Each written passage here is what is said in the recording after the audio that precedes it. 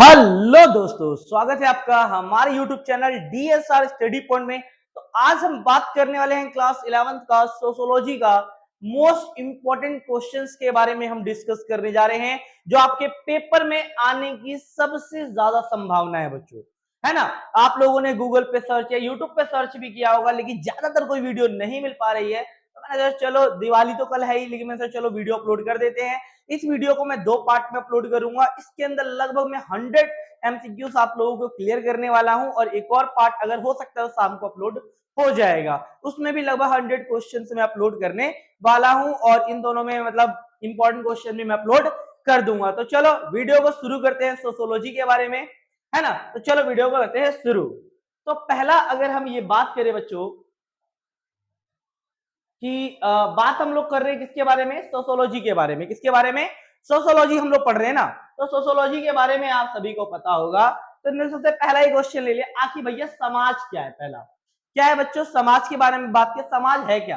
तो समाज क्या है बच्चों? एक संगठन है जहां लोग क्या होते हैं, एक साथ मिलजुल कर आपस में दोस्ताना व्यवहार करके क्या होते हैं, रहते हैं। उन्हीं को हम क्या कहते हैं, समाज कहते हैं। लोगों से ही बच्चों समाज का निर्माण होता है, सोसाइटी का निर्माण होता है। अगर समाज लोग नहीं रहेंगे तो क्या कोई सोसाइटी होगी? बिल्कुल भी नहीं होगी। ठीक है, चलो नेक्स्ट क्वेश्चन है, व्यक्ति का समाज में क्या योगदान होता है। आप सभी को पता है व्यक्ति जो होता है एक समाज का बहुत ही ज्यादा इंपॉर्टेंट अंग होता है, यानी सामाजिक संरचना में उसका एक क्या होता है, अहम रोल होता है, या वो एक अभिन्न अंग होता है। अभिन्न का मतलब जिसे क्या होता है, अलग नहीं किया जा सकता। ठीक है, चलो नेक्स्ट क्वेश्चन की ओर बढ़ते हैं। नेक्स्ट क्वेश्चन देखते हैं। नेक्स्ट हमारा इधर से क्वेश्चन है बच्चों कि समाज में निरंतर परिवर्तन किसमें होता है, यानी किसमें लगातार समाज में कौन सा वो तत्व है जो लगातार परिवर्तन होता रहता है। तो वो किसमें आता है परिवर्तन बच्चों? तो वो आता है संस्कृति में। क्या होता है, हमेशा परिवर्तन होता रहता है। नेक्स्ट प्रश्न है, सामूहिकता का समाज में क्या योगदान है। कहीं ना कहीं आप सामूहिकता, हम सब में क्या है, सामूहिकता की भावना है। कहीं ना कहीं हमारा जो संबंध है वो समाज से होता है। कहीं ना कहीं हम रिस्पॉन्सिबल किसके प्रति होते हैं, समाज के प्रति होते हैं। तो क्या होता है, समाज के सदस्यों के बीच जो सहयोग और संबंध को दर्शाता है। सामूहिकता किसे दर्शाता है? समाज के सदस्यों के बीच सहयोग और संबंध को दर्शाता है। नेक्स्ट प्रश्न है कि समाज की कौन सी विशेषता नहीं है। कौन सी विशेषता नहीं है? तो समरसता है, विविधता है। हाँ बिल्कुल, क्योंकि समाज में आपने देखा होगा विविधता देखा होगा, कोई गरीब है, कोई अमीर है, कोई निम्न जाति का, ऊंची जाति का है। तो इस तरीके से समाज में क्या होता है बच्चों, विविधता होती है ना। लेकिन समाज का जो अर्थव्यवस्था क्या है, समाज का कोई पार्ट नहीं है। नेक्स्ट प्रश्न है, समाज शास्त्र किसे कहते हैं। आप सभी को पता है समाज शास्त्र, है ना। समाज के अध्ययन को क्या कहते हैं, समाज शास्त्र कहते हैं, या मानव समाज के विभिन्न पहलुओं को अध्ययन करना, है ना। मानव समाज के बारे में जानना, है ना, क्या कहलाता है आप लोगों का, समाज शास्त्र कहलाता है। नेक्स्ट प्रश्न है कि समाज शास्त्र का जनक किसे माना जाता है। समाज शास्त्र जो है, सोशियोलॉजी का जनक किसे माना जाता है? तो वो माना जाता है अगस्त कॉम्ट को। किसे? अगस्त कॉम्ट को क्या माना जाता है, सोशियोलॉजी का जनक या पिता माना जाता है। पिता ना कि पिता, पता चले तो पिता पढ़ लो। ठीक है, चलो नेक्स्ट प्रश्न की ओर चलते हैं। नेक्स्ट प्रश्न है हमारा कि भारत के समाज शास्त्र का औपचारिक अध्ययन किस वर्ष शुरू हुआ था। भारत में समाज शास्त्र का अध्ययन का औपचारिक रूप से कब शुरुआत हुई थी? तो ये हुई थी 1919 में हुई थी। कब हुई थी बच्चों? 1919 में इसकी शुरुआत हुई थी। नेक्स्ट प्रश्न है, समाज शास्त्र के कौन से प्रकार है। तो समाज शास्त्र में क्या होता है बच्चों, समविष्ट समाज और विशिष्ट समाज होता है। यानी दो समाज होते हैं, एक होता है समविष्ट समाज और एक होता है विशिष्ट। विशिष्ट मतलब क्या होता है, विशेष समाज। ये दो प्रकार का क्या होता है, समाज होता है। नेक्स्ट क्वेश्चन है, विशिष्ट समाज का क्या मुख्य फोकस होता है। यानी विशिष्ट जो समाज होता है, विशिष्ट का मतलब क्या होता है, विशेष समाज में किन सब चीजों का मुख्यतः अध्ययन किया जाता है। तो व्यक्ति एक दूसरे के साथ कैसे बातचीत करते हैं, इसका अध्ययन किया जाता है। किसमें? विशिष्ट समाज में। किस तरीके से रहते हैं, किस तरीके से बात करते हैं, इन सब चीजों का जो अध्ययन किया जाता है वो विशिष्ट समाज में अध्ययन किया जाता है। चलो नेक्स्ट क्वेश्चन की ओर बढ़ते हैं। नेक्स्ट हमें हमारा है कि जो समविष्ट समाज में किसका अध्ययन होता है? तो बड़े पैमाने पर सामाजिक संरचना का अध्ययन होता है। सामाजिक संरचना का मतलब है ना कि समाज में किस तरीके से जाति व्यवस्था बनाई गई है, धर्म बनाए गए, है ना, और लोग किस तरह से बातचीत, किस तरह से रहते हैं, है ना। तो इन सब चीजों का अध्ययन हम किसमें करते हैं? आपका समविष्ट समाज में। भारत में समाज शास्त्र का अध्ययन की आवश्यकता क्यों पड़ी थी बच्चों? तो भारत में समाज शास्त्र का अध्ययन का जरूरत क्यों पड़ी थी? क्योंकि क्या हुआ था, नीति निर्माण और सामाजिक विकास के लिए समाज शास्त्र का अध्ययन बहुत ज्यादा इंपॉर्टेंट है। सपोज करो गवर्नमेंट को कोई अगर कानून बनाना है ना, या गरीबों को लाभ पहुंचाना, सबसे पहले उन्हें समाज का अध्ययन करना पड़ेगा, क्योंकि आज भी हमारे भारत में बहुत सारे ऐसे दलित हैं और नीची जाति के लोग हैं जो अभी तक लगातार उनका शोषण होता आ रहा है ना। और जब तक अगर सरकार क्या करेगी कि समाज शास्त्र का अगर अध्ययन करेगी तभी उनको विकास का लाभ पहुंचा पाएगी। दूसरा क्या है, सामाजिक न्याय को बढ़ावा देती है। क्या करती है? समाज शास्त्र से हमें पता चलता है ना किसको न्याय मिल रहा है, किसको न्याय नहीं मिल रहा है ना। दूसरा क्या है, तीसरा क्या है, सांस्कृतिक विविधता का समझना, यानी इसके बारे में सांस्कृतिक विविधता को समझने में काफी सहायक होता है कि हमारे भारत में कितनी संस्कृतियां हैं, कहाँ कौन कौन संस्कृतियां हैं, किन संस्कृति को प्रोटेक्ट करना है। जैसा अभी रिसेंटली में भी चल रहा है होली के मामले में, क्योंकि होली क्या होती है, जुम्मे के दिन ही पड़ रही है, तो कहीं ना कहीं विवाद का एक मुद्दा है। तो समाज शास्त्र इसके अंदर अध्ययन करना बहुत ज्यादा जरूरी होता है ना। इसके साथ साथ इसका आंसर जो होगा उपयुक्त सभी हो जाएगा। ठीक है बच्चों, उपयुक्त सभी। चलो नेक्स्ट प्रश्न की ओर चलते हैं। नेक्स्ट हमारा प्रश्न है कि भारत के किस विश्वविद्यालय में सबसे पहले समाजशास्त्र पढ़ाया गया था? भारत के किस विश्वविद्यालय में सबसे पहले समाजशास्त्र का पढ़ाया गया था? तो कौन सा विश्वविद्यालय था बच्चों? तो वो था मुंबई विश्वविद्यालय। कौन सा था?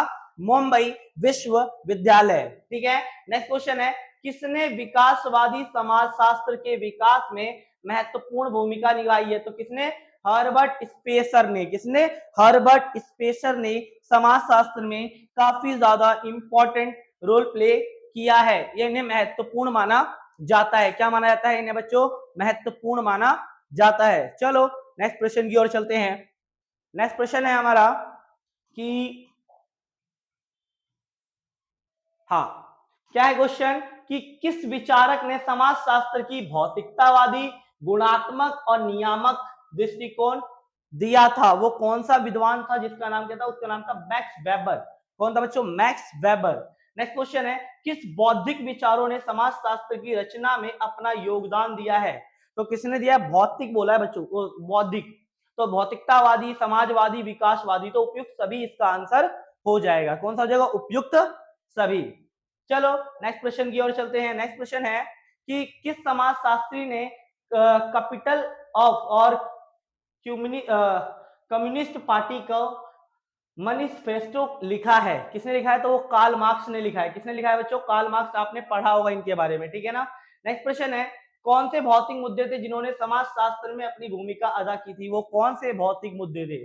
तो वो थे, जैसे कि अगर मैं बता दूं, आर्थिक संरचना और शहरीकरण, और दूसरा था प्रौद्योगिकी और यातायात। तो यानी डी ऑप्शन इसका बिल्कुल राइट हो जाएगा। डी ऑप्शन इसका बिल्कुल क्या हो जाएगा बच्चों? राइट हो जाएगा।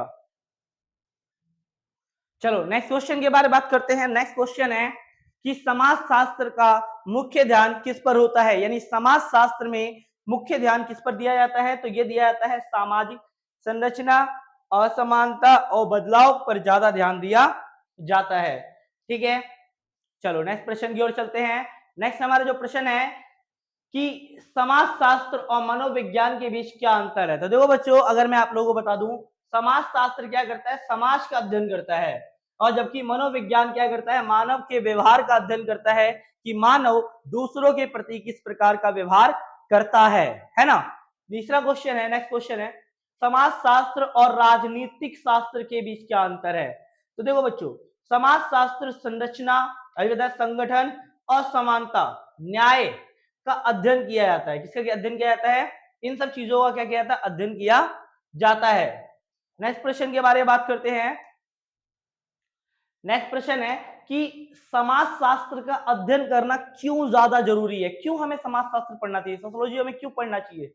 क्योंकि सामाजिक मुद्दों को हम समझ सकते हैं, है ना। अभी मैंने बताया ना, समाज के मुद्दों को समझ सकते हैं, है ना। हम ये भी बात पता कर सकते हैं कि किन लोगों को लाभ पहुंचाना है, किन के लिए विकास करना है।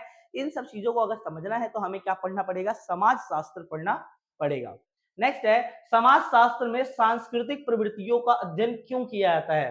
तो ये क्या करता है, सांस्कृतिक विविधता को समझने में क्या होता है, सहायक होता है कि देश में कितनी संस्कृतियां हैं, है ना, और कौन वो विविधता कौन सी है, विविधता का मतलब क्या होता है, डाइवर्सिटी किस प्रकार की है, ये चीज को समझने में हमें क्या करता है, समाजशास्त्र क्या करता है, सहायता प्रदान करता है। नेक्स्ट क्वेश्चन है, ऑगस्ट कॉम्ट को समाजशास्त्र का जनक क्यों कहा जाता है? भाई इसी को ही क्यों कहा जाता है, किसी और को क्यों नहीं बनाया गया, इन्हीं को ही क्यों कहा जाता है? अब रीजन बात कर लेते हैं क्यों कहा जाता है। क्योंकि क्या हुआ था बच्चों, इन्होंने समाजशास्त्र की अवधारणा को क्या किया था, विकसित किया था। ये सोशियोलॉजी शब्द ही है जो किसने दिया था, ऑगस्ट कॉम्ट ने दिया था। किसने दिया था? ऑगस्ट कॉम्ट ने दिया था। चलो, समाजशास्त्र के अध्ययन के लिए कार्ल मार्क्स ने कौन सी महत्वपूर्ण कार्य किए थे? तो इन्होंने सामाजिक असमानता पर ज्यादा ध्यान दिया था। क्या दिया था?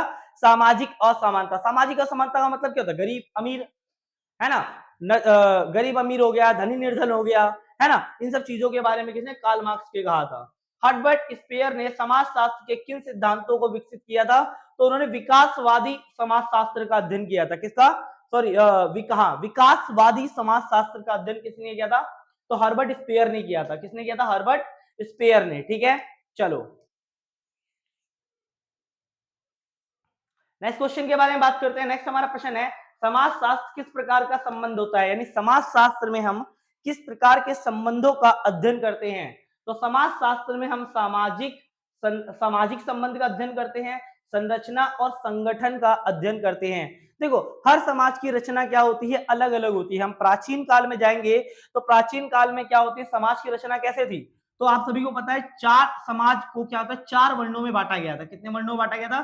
चार। ब्राह्मण, क्षत्रिय, वैश्य, शूद्र, है ना। तो इस तरीके से उन्हें बांटा गया था।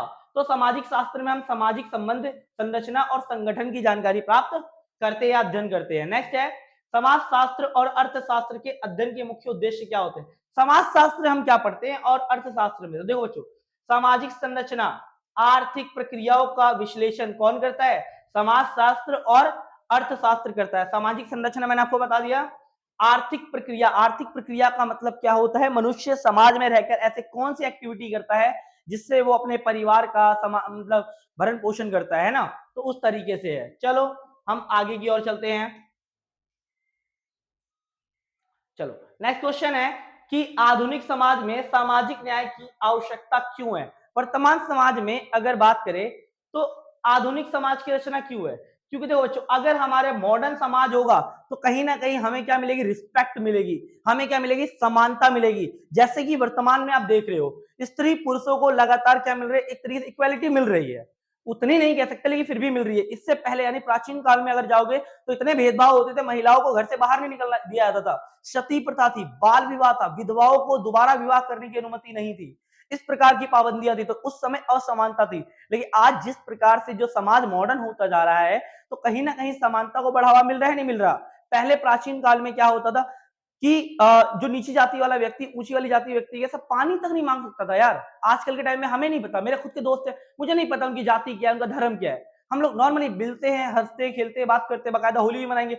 होली मनाएंगे तो ये थोड़ा देखेंगे भाई ये नीची जाति का है, ऊंची जाति का है, नहीं। तो ये चीजें होती है। ठीक है, चलो, भारत में समाज शास्त्र का अध्ययन क्यों जरूरी है? तो मैंने अभी बताया आपको, सामाजिक न्याय को क्या करेगा? ये बढ़ावा देगा, है ना। समाज शास्त्र का अध्ययन करेंगे तभी हम समाज में क्या कर पाएंगे? लोगों को न्याय पहुंचा पाएंगे, अन्यथा हम न्याय नहीं पहुंचा सकते। हो सकता है किसी व्यक्ति को क्या होता है, गरीब व्यक्ति को अन्याय मिल जाए, ऐसा है ना। तो इसीलिए समाज शास्त्र यानी सोशियोलॉजी का अध्ययन करना बहुत ज्यादा क्या होता है बच्चों?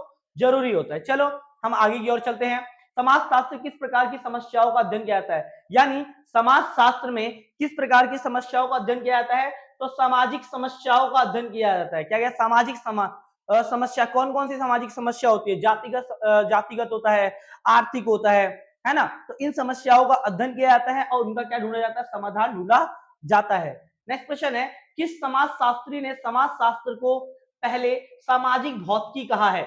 सामाजिक भौतिकी याद ना बच्चों, किसने कहा है? सामाजिक भौतिकी किसने कहा है? जो सोशियोलॉजी के जनक थे। कौन थे? ऑगस्ट कॉम्ट थे। ऑगस्ट कॉम्ट ने ये बात कही है। ठीक है, चलो आगे की ओर चलते हैं। नेक्स्ट हमारा प्रश्न है, मैक्स वेबर, जो मैक्स वेबर थे, मैक्स वेबर के समाजशास्त्र में किस प्रकार का जोर दिया है? तो इन्होंने सामाजिक संगठनों पर जोर दिया है कि समाज में जो संगठन है उनकी क्या करनी चाहिए? जांच करनी चाहिए। क्या करना चाहिए? समय समय पर उनको जांच करना चाहिए कि लोगों को किसी प्रकार का सहायता पहुंचा रहे हैं कि नहीं पहुंचा रहे। है ना। तो इस तरीके से चलो आगे बात करते हैं। नेक्स्ट है बच्चों कि अगर हम बात करें संस्कृति का मतलब क्या होता है, संस्कृति का मतलब होता है क्या, कल्चर का मतलब क्या होता है, तो समाज की जो मान्यताएं हैं, परंपराएं हैं, जो रीतियां हैं, उनका ही पालन करना क्या कहलाता है, संस्कृति कहलाता है। हमारी होली क्या है, एक संस्कृति, एक कल्चर है, क्योंकि एक हमारे रीति रीति भी है। आपको पता मथुरा की होली है ना, सबसे बढ़िया होती है भाई, मथुरा की होली बहुत ज्यादा बढ़िया होती है। मैं इस साल नहीं जा पाई किसी कारणवश, लेकिन बहुत बेहतर होती है। तो ठीक है, समाज शास्त्र के अध्ययन का मुख्य उद्देश्य क्या होता है, तो मुख्य उद्देश्य होता है सामाजिक संरचना का विश्लेषण करना, यानी समाज में जो स्ट्रक्चर है, सोशल स्ट्रक्चर है, इसको समझने के लिए हमें किसका अध्ययन करना पड़ेगा, समाज का अध्ययन करना पड़ेगा। ठीक है, चलो नेक्स्ट बात करते हैं कि भारत में समाज शास्त्र के अध्ययन की आवश्यकता क्यों है। तो ये मैंने बताया सांस्कृतिक विविधता को समझने के लिए, किसको बच्चों, सांस्कृतिक विविधता को समझने के लिए समाज शास्त्र का अध्ययन करना बहुत ज्यादा जरूरी है। नेक्स्ट क्वेश्चन है, समाज में परिवर्तन का समाज पर क्या प्रभाव पड़ता है। तो देखो बच्चों, कहीं ना कहीं समाज मतलब जो समाज में जो परिवर्तन होता है वो सामाजिक परिवर्तन में बदलाव को दर्शाता है। किसको दर्शाता है, सामाजिक परिवर्तन में बदलाव को दर्शाता है। वो आधुनिकता को दर्शाता है, किसको दर्शाता है, वो आधुनिकता को दर्शाता है ना। चलो नेक्स्ट क्वेश्चन है, सामाजिक परिवर्तन में किसका योगदान ज्यादा होता है, यानी सोशल चेंजेस में किसका सबसे ज्यादा मतलब वो देखा जाता है। तो किसका देखा जाता है बच्चों, तो इसमें केवल क्या होता है, इसमें व्यक्ति का, संगठन का और संस्थान का, इसके परिवर्तन को देखा जाता है। नेक्स्ट क्वेश्चन है, संस्कृति के कौन से तत्व समाज को प्रभावित करते हैं।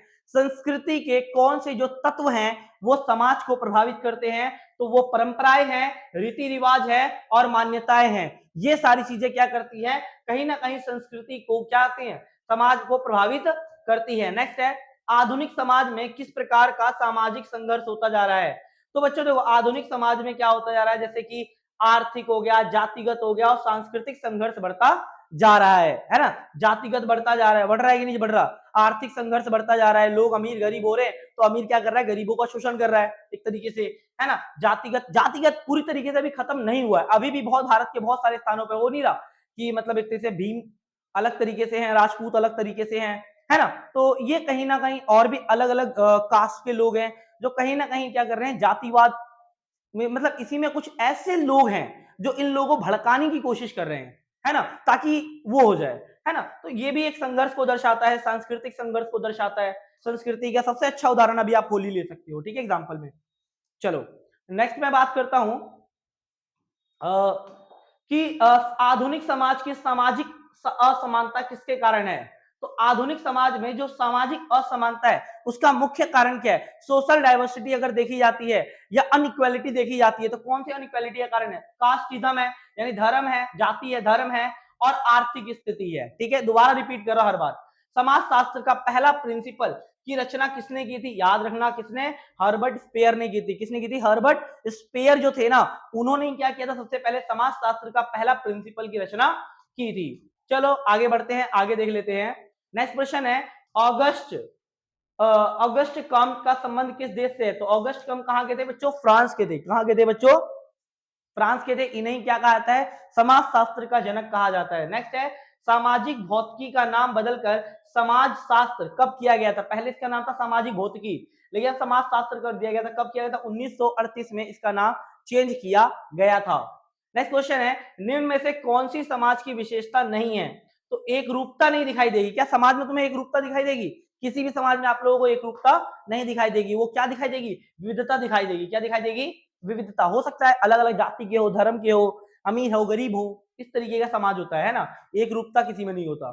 नेक्स्ट प्रश्न है कि शब्दावली का महत्व किस विषय में होता है। तो गणित में भी होता है, विज्ञान में भी होता है, इतिहास में, उपयुक्त सभी है। क्योंकि देखो, गणित की अपनी एक अलग लैंग्वेज होती है, साइंस की अपनी एक अलग लैंग्वेज होती है, एसएसटी की अपनी एक अलग लैंग्वेज होती है ना। तो मतलब और अलग शब्दावली मतलब लैंग्वेज ही होती है, भाषा, है ना। तो हर किसी की अलग अलग होती है, तो उपयुक्त सभी है। समाज शास्त्र में शब्दावली का क्या महत्व है, तो सटीक संचार होता है। अगर आप मैथ्स पढ़ोगे, मैथ्स के अगर आप टेक्निकल वर्ड्स जान लेते हो तो आप उसे बेहतर तरीके से समझ पाओगे। एसएसटी के आप टेक्निकल वर्ड्स जान ले रहे हो, एसएसटी की भाषा समझ ले रहे हो, आपके लिए एसएसटी बहुत ज्यादा आसान हो जाएगी। जैसे कि अगर मैं बात करूं, कहीं ना कहीं एक अनुकरण शब्द होता है, बहुत सारे बच्चों को अनुकरण का मतलब नहीं पता होगा, है ना। देखिए हमें पता है अनुकरण का मतलब क्या होता है, दूसरे से कॉपी करना, क्या होता है, कॉपी करना होता है। समायोजन का मतलब क्या होता है, अपने ज्ञान में परिवर्तन लाना, समायोजन कहलाता है ना। तो इस आत्मसात का मतलब क्या होता है, किसी चीज को देखकर उसको समझना, जैसे कि ये क्या है, डिजिटल बोर्ड है, ये आत्मसात है। तो इस तरीके की हर एक सब्जेक्ट की अपनी एक अलग क्या होती है, भाषा होती है। ठीक है बच्चों, तो उपयुक्त सभी इसका अच्छा आंसर आ जाएगा। ठीक है, चलो आगे बात करते हैं। देखो यार 47 हमने क्वेश्चन डिस्कस कर लिए। नेक्स्ट क्वेश्चन है कि समाज शास्त्रीय ज्ञान का आधार कैसे बताया है, तो सामान्य बौद्धिक ज्ञान को बताया। किससे बताया, सामान्य। भाई सामान्य ज्ञान तो होना चाहिए, जनरल नॉलेज तो आप लोगों को होना चाहिए। ठीक है ना। नेक्स्ट है, समाज शास्त्र में वर्ग और संघर्ष का मुख्य संकल्पना किसने दी थी, तो कॉल मार्क्स ने दी थी। किसने दी थी, कॉल मार्क्स ने ये अवधारणा दी थी। चलो नेक्स्ट, सामाजिक एकता और सामूहिक चेतना का सिद्धांत किसने दिया था, किसने दिया था बच्चों ये सिद्धांत, जल्दी बताओ। चलो मैं बता देता हूं, तो ये सिद्धांत दिया था बच्चों एमिल दुर्खाइम ने। किसने, एमिल दुर्खाइम ने सिद्धांत दिया था। दूसरा है, दूसरे विश्व युद्ध के बाद समाजशास्त्र किससे ज्यादा प्रभावित हुआ था, तो बच्चों संरचनात्मक प्रक्रियावाद से प्रभावित हुआ था। नेक्स्ट क्वेश्चन है कि समाजशास्त्र के तुलनात्मक और ऐतिहासिक परिप्रेक्ष्य से कौन सा तथ्य समझने योग्य है, कौन सा हमें तथ्य समझना है, तो देखो समूह और सामूहिकता के प्रकार में क्या होते हैं, भिन्नता दिखाई देती है। क्या दिखाई देती है, भिन्नता दिखाई देती है। चलो नेक्स्ट प्रश्न की ओर चलते हैं। नेक्स्ट प्रश्न है हमारा कि किस समूह का अर्थ, किस समूह को अर्ध समूह कहा जाता है, तो वो समुदाय समुदाय होता है, नहीं समुच्चय होता है। समुच्चय को क्या कहा जाता है, अर्ध समूह कहा जाता है। क्या कहा जाता है बच्चों, अर्ध समूह। बाकी ये पूर्ण समूह होते हैं, क्या होते हैं, पूर्ण समूह होते हैं। नेक्स्ट है, पारंपरिक समाज में अंतर क्रियाओं का मतलब क्या होता है, अंतर क्रिया का मतलब क्या होता है, घनिष्ठ संबंध को दर्शाता है।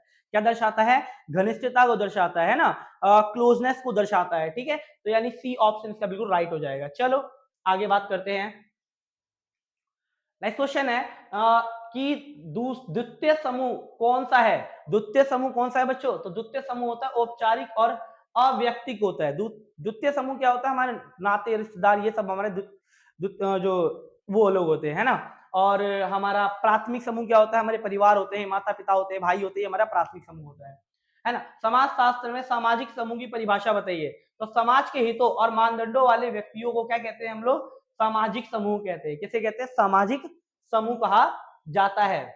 चलो नेक्स्ट बात करते हैं कि क्वेश्चन है यहाँ कि समुदाय किस प्रकार का समूह है ना। तो समुदाय जो होता है बच्चों वो कौन सा होता है, तो वो प्राथमिक समूह है। कौन सा बच्चों समूह है, प्राथमिक समूह है। बाह्य समूह का कौन सी विशेषता होती है, तो असंबंधिता होती है, तो और सहानुभूति का अभाव होता है।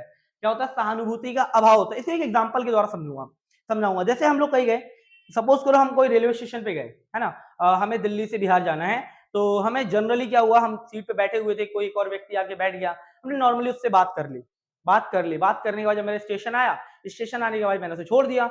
लेकिन जब तक मेरा स्टेशन था तब तक मेरा वो संबंध उससे हुआ ना, तो वो मेरा क्या कहलाएगा, द्वितीय समूह या बाह्य समूह कहलाएगा। क्या कहलाएगा, बाह्य समूह। क्या मुझे उसमें सहानुभूति होगी, अरे बिल्कुल भी सहानुभूति नहीं होगी, उसी टाइम तक सहानुभूति है बस, उसके अलावा भूल जा, वो भूल गया मैं भूल गया, है ना।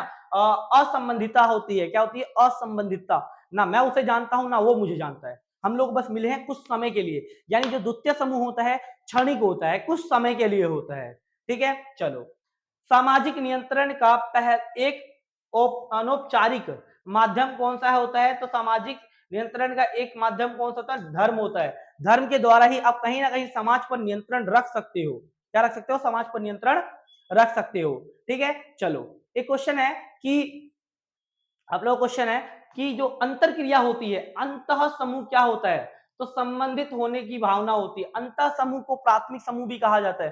अंतः समूह में क्या होती है, भावना होती है, सटीकता की भावना होती है, कहीं ना कहीं हम उससे जुड़े होते हैं, भाई बहन चाचा इन सबसे जुड़े होते हैं, ये हमारे अंतर संबंधित में आ जाते हैं। ठीक है ना बच्चों। संदर्भ समूह क्या होता है, संदर्भ समूह का सबसे अच्छा एग्जांपल बताऊं, हम लोग गए किसी मॉल में, अरे यार या कोई लड़का हो गया है, कोई लड़की है, कपड़े अच्छा पहन रखा है, हमने कहा यार कितने अच्छे कपड़े पहन रखा है, या आइडल, है ना। संदर्भ समूह क्या होता है, जैसे आइडल होता है, या एक लड़का है कपड़े अच्छा पहन रखा है, मैंने कहा यार मैं भी ऐसे पहन सकता हूँ, है ना। मुझे क्या नाम है, सपोज करो कि मुझे अजय देवगन का हेयर स्टाइल बहुत ज्यादा अच्छा लगता है, तो ये हमारा क्या संदर्भ समूह होता है ना। समूह जिनकी जीवन शैली का हम क्या करते हैं, अनुकरण करते हैं। क्या करते हैं, जीवन शैली को क्या करते हैं, अपनाते हैं। मैं अजय देवगन जैसा कपड़े पहनूंगा, है ना, उनकी तरह चलूंगा, वो कैसा खाना खाते, उन सब चीजों का मैं अनुकरण कर रहा हूँ, तो वो मेरा संदर्भ समूह कहलाएगा। क्या कहलाएगा बच्चों? संदर्भ समूह। ठीक है, चलो आगे बढ़ते हैं। नेक्स्ट क्वेश्चन है, सामाजिक स्तरीकरण किसे कहते हैं? जो समाज में असमानता को दर्शाता है। किसको दर्शाता है? समाज में मतलब असमानता को दर्शाने वाले किसे कहते हैं? सामाजिक स्तरीकरण। जैसे मैंने बताया ना, वर्ण व्यवस्था, ब्राह्मण, क्षत्रिय, वैश्य, शूद्र, ये सामाजिक स्तरीकरण के अंतर्गत आता है। तो ये सामाजिक असमानता को दर्शाता है। किसको दर्शाता है? सामाजिक असमानता को दर्शाता है। नेक्स्ट है, सामाजिक असमानता किस प्रकार के समाज के लिए महत्वपूर्ण होता है? तो ये सबसे प्रतिभाशाली लोगों को प्रोत्साहित प्रदान या प्रोत्साहन देता है। जो प्रतिभाशाली है, जो योग्य है, जिनके पास वेल स्किल्ड है, योग्यता है, उनको क्या करता है? ये दर्शाता है। ठीक है, चलो आगे बात करते हैं।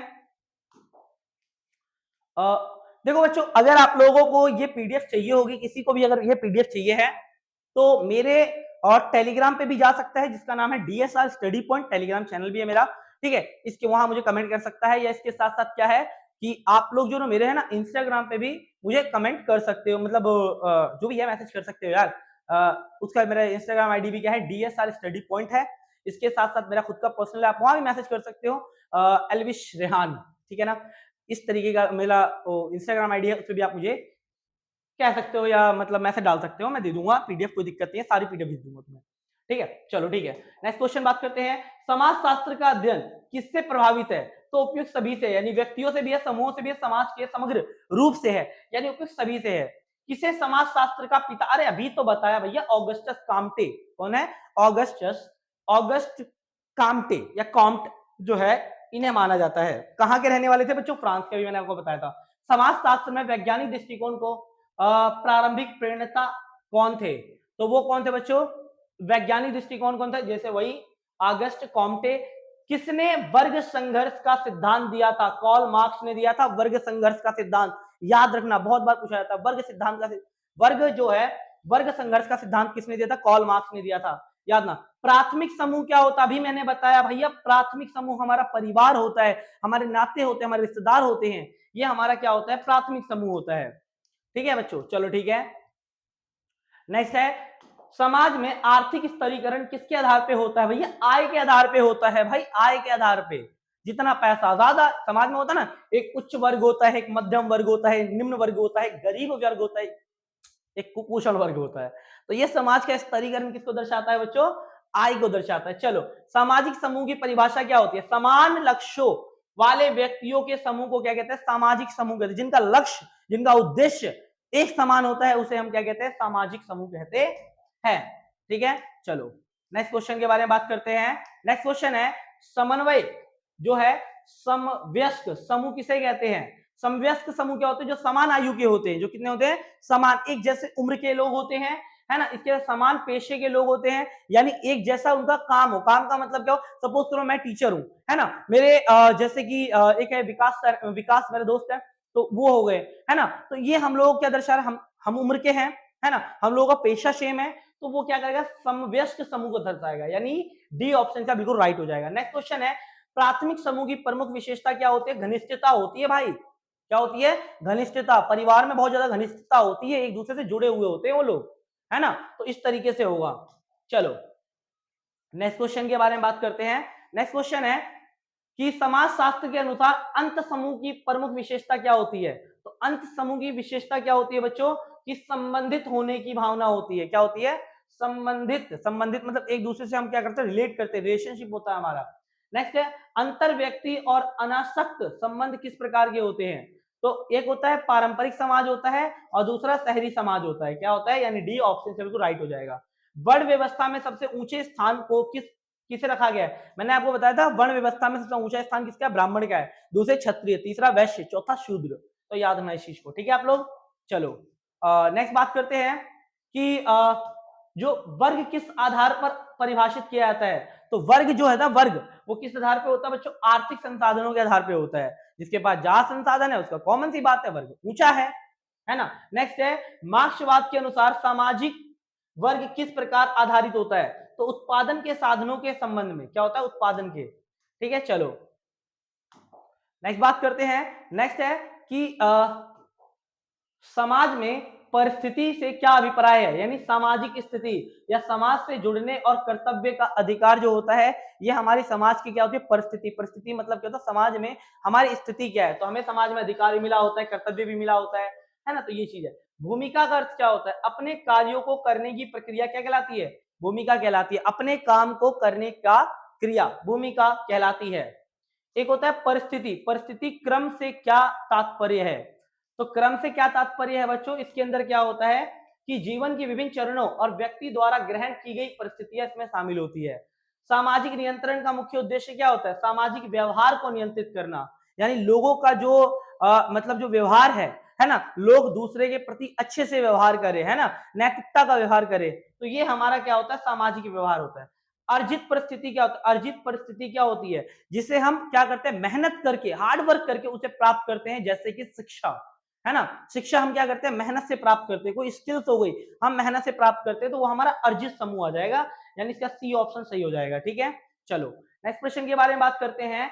औपचारिक सामाजिक नियंत्रण क्या उदाहरण क्या है बच्चों, कानून है। औपचारिक आ जाए तो सरकार से रिलेटेड है, अनौपचारिक है तो समाज से रिलेटेड है, तो कानून है। विचलन का मतलब, अरे कहीं ना कहीं तुम लोगों का माइंड तो विचलित हो ही रहा होगा, तो देखो सामाजिक मान्यताओं या नियमों के खिलाफ व्यवहार करना, जो समाज है, समाज और नियम उनके खिलाफ क्या करना, विरोध करना, उससे अलग होना ही क्या कहलाता है, विचलन कहलाता है। क्या कहलाता है, विचलन। देख रहे हो, चलो आगे बात करते हैं। भूमिका जो है इसके अंदर बता रखा है कि भूमिका संघर्ष का क्या अर्थ होता है, तो दो या दो से अधिक भूमिकाओं से उत्पन्न विरोधी अपेक्षाओं को क्या कहते हैं, भूमिका संघर्ष कहते हैं। अर्जित परिस्थिति किस आधार पर प्राप्त की जाती है, तो शैक्षणिक योग्यता, मैंने अभी बताया क्या, शिक्षा प्राप्त करके। पारिस्थितिक स्तरीकरण क्या होता है, मतलब क्या मतलब होता है, तो इसका अर्थ होता है कि समाज के कुछ सदस्यों के लिए विशिष्ट भूमिका को क्या करता है, मजबूत बनाता है। नेक्स्ट है जाति व्यवस्था में अंतः विवाह किसके लिए महत्वपूर्ण होता है, तो सामाजिक शुद्धता बनाए रखने के लिए क्या होता है, अंतः विवाह किया जाता है, ताकि समाज में जो शुद्धता है ना, वो क्या रहे, बनी रहे, एक समाज मजबूत रहे, इस प्रकार से अंतर विवाह किया जाता है। क्या कहता है, अंतर विवाह का मतलब क्या होता है, जैसे गोत्र के अंदर विवाह या खुद के समाज के अंदर विवाह, क्या होता है, गोत्र अंतर विवाह कहलाता है। कई प्रकार के होता है, अंतर विवाह होता है, बही विवाह होता है, बहुपत्नी विवाह होता है, बहुपति विवाह होता है, तो इस टाइप से विवाह होते हैं। सामाजिक वर्ग के ऊपर और नीचे जाना किससे संभव होता है, तो अर्जित परिस्थितियां होती है। अर्जित परिस्थितियों का मतलब क्या होता है, जो हम जैसे हमने शिक्षा प्राप्त करी, अब जैसे मैंने बेहतर शिक्षा प्राप्त कर रखी हुई, कहीं ना कहीं समाज से हम क्या करेंगे, ऊपर उठेंगे ही। जैसे आपने देखा होगा गांव में बहुत सारे ऐसे बच्चे होते हैं जो शिक्षा प्राप्त करते हैं, बहुत सारी मिडिल क्लास लो फैमिली से बिलोंग करते हैं, लेकिन वो इतना मेहनत करते हैं, पढ़ते हैं और शैक्षणिक योग्यता करने के बाद वो अपने परिवार का नाम रोशन करते हैं, है ना, तो ये चीजें हैं। चलो आगे बात करते हैं। पदत परिस्थितियां क्या होती है, पदत परिस्थितियां जो आपको जन्म से ही मिला हुआ है, क्या मिलती है आपको, जाति। क्या मिलती है बच्चों, जाति आपके जन्म से ही मिल जाती है।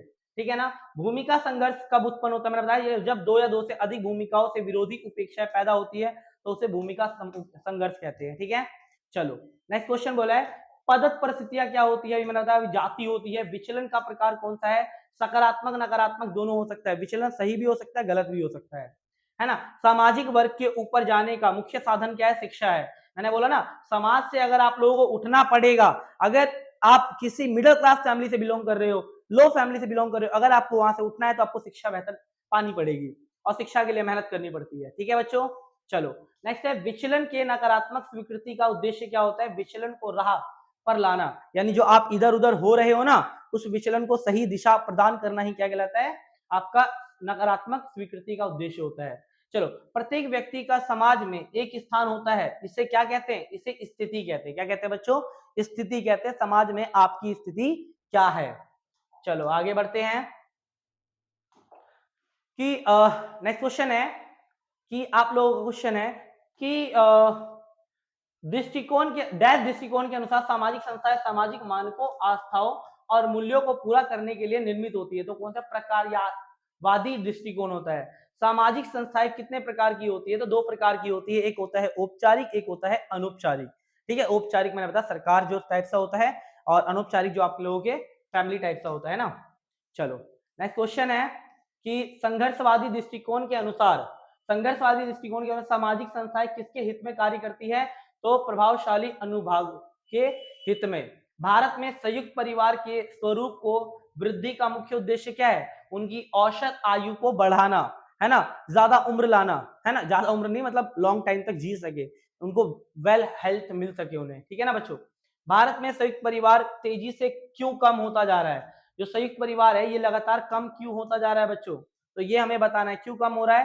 तो रीजन क्या है बच्चों? जैसे कि आप लोगों का शहरीकरण हो रहा है, आज लोग है ना, आज एकल परिवार ज्यादा बढ़ावा दे रहा है और संयुक्त परिवार छोटा होता जा रहा है। पहले बड़े परिवार थे, चाचा ताऊ वाऊ सब एक फैमिली बिलोंग करती थी, बहुत बड़े फैमिली होती थी। लेकिन आज क्या होता है, लड़का शादी करता है, बीवी को लेता है, चला जाता है ना। तो आज एकल परिवार। तो रीजन क्या है? पहला शहरीकरण, औद्योगिकरण, शिक्षा का प्रसार, तो उपयुक्त सभी है। विवाह का मुख्य उद्देश्य क्या होता है? तो विवाह का मुख्य उद्देश्य होता है शारीरिक संबंधों की सामाजिक स्वीकृति प्राप्त करना। ठीक है बच्चों, तो इस वीडियो में आप लोगों को मैं केवल 100 ही क्वेश्चन करा पाऊंगा, है ना। 100 क्वेश्चन जो है आप लोगों को अगर आज देखता हूं या कल सुबह अपलोड हो जाएगा। तो ये है आप लोग मोस्ट इंपोर्टेंट एमसीक्यूज मैं इसमें डाल रहा हूं, इससे बाहर कोई भी एमसीक्यूज आपसे नहीं आने वाला। एक बार देखो, दो बार देखो, तीन बार देखो, ठीक है। और अगर वीडियो अच्छी लगी हो तो चैनल को सब्सक्राइब कर दो यार, चैनल को सब्सक्राइब करो, बेल आइकन को दबाओ और ज्यादा से ज्यादा इस वीडियो को शेयर करो। मिलते हैं एक नई वीडियो के साथ, धन्यवाद।